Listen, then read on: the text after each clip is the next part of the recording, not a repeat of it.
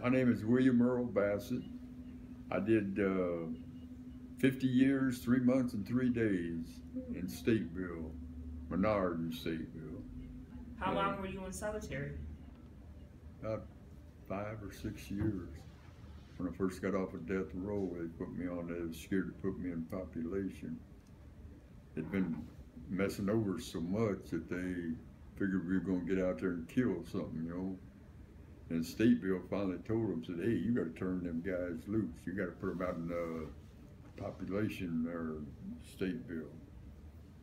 And one of the captains was such an asshole. He actually cried real tears, you know.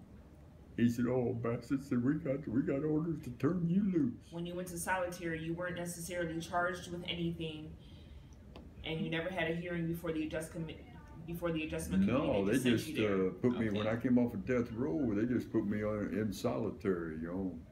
I found that when every time they was getting ready, Springfield was getting ready to give us something, they'd come in there messing with us, make us go off. They'd put us in the hole on that one meal a day, you know. And we done 21 days every time. And we finally caught on to that.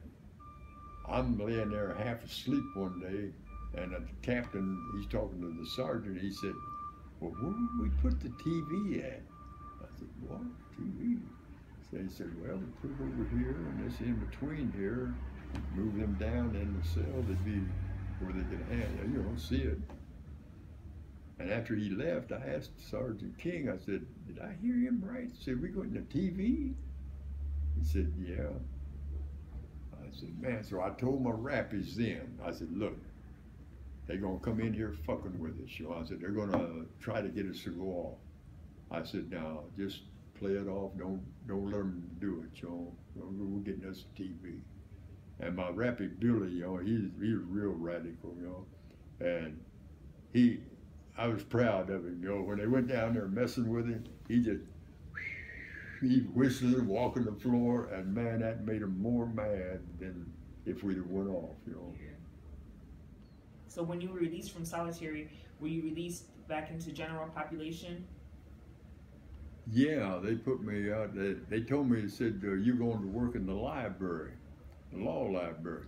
Well, I go down there, and the guy that ran it, Steve Welsh, he says, "Who are you?" I told him, I said, "They told me to come down here and go to work." He said, I didn't call you down here." See, they didn't play that shit. They was anti-establishment.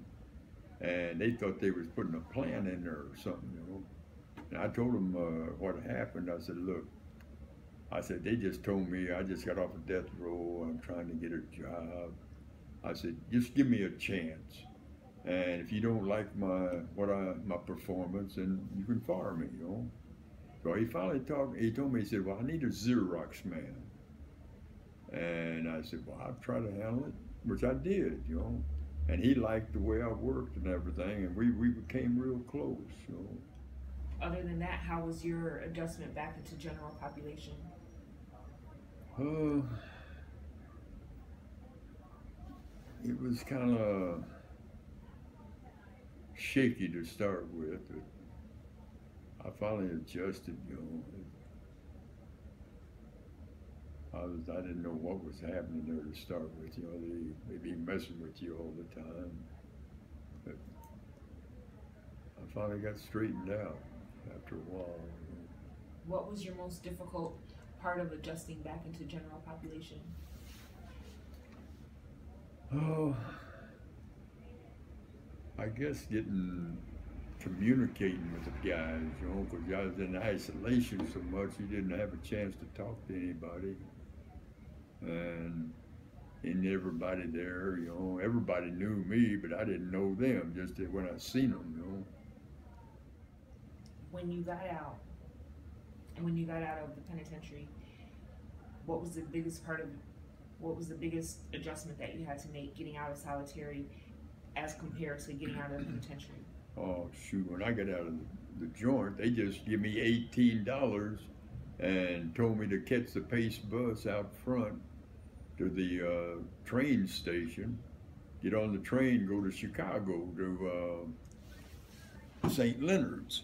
Well, I don't know nothing about this stuff. So I go out there, I catch the pace, and this lady is driving it. She did just a few passengers on it. We're in a block or so around there. She stopped. Everybody got off. I'm sitting there. I'm the only one on. I look around. I said, what the hell? So I step out and I asked her, I said, hey, what's happening here? She said, where you going? I said, well, I'm supposed to be going to Chicago. She said, well, you got to go to the train station. I said, well, where's the train station at? She said, well, you see that big building over there, them steps going up there? I said, yeah. She said, go over there and go up them stairs. That's the train station. I said, what? That's a train station? You know, I'd never seen nothing like that.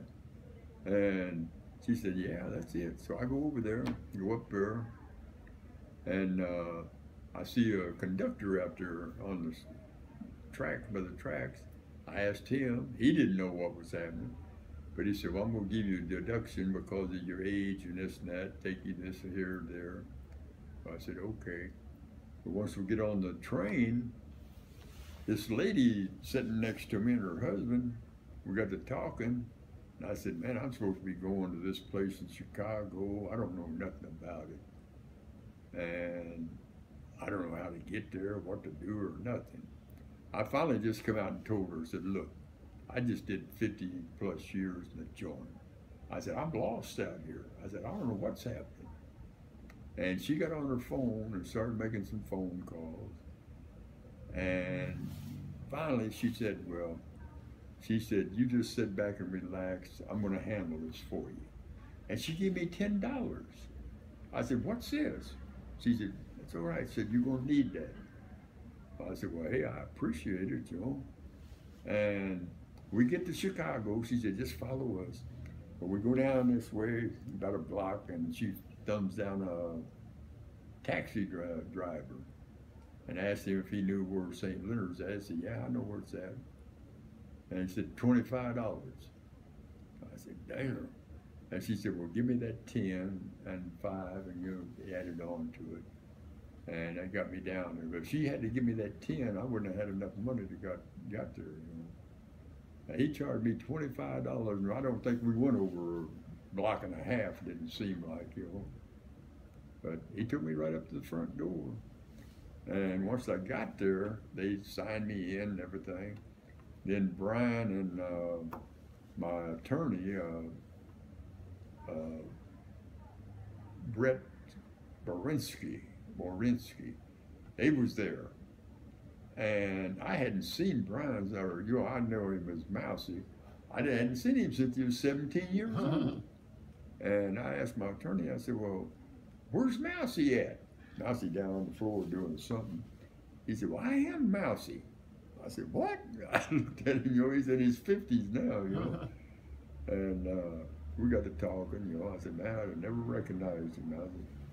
And he asked me, he said, when's the last time you had a good steak? I said, shh, many years, many years. He said, well, I'm going to take you out tomorrow and buy you a big old juicy steak with all the trimming. I said, okay. He come by and picked me up, took me out. And man, he bought me a T-bone that covered the whole platter. I had a hell of a time getting it down, you know, and then the fries and everything with it, you know. Okay. What was your biggest what was the biggest adjustment that you had to make out here that was different from you adjusting coming out of solitary into GP? Well, I wasn't used to that freedom, you know. When I went down to the dining room to eat, I'd come out.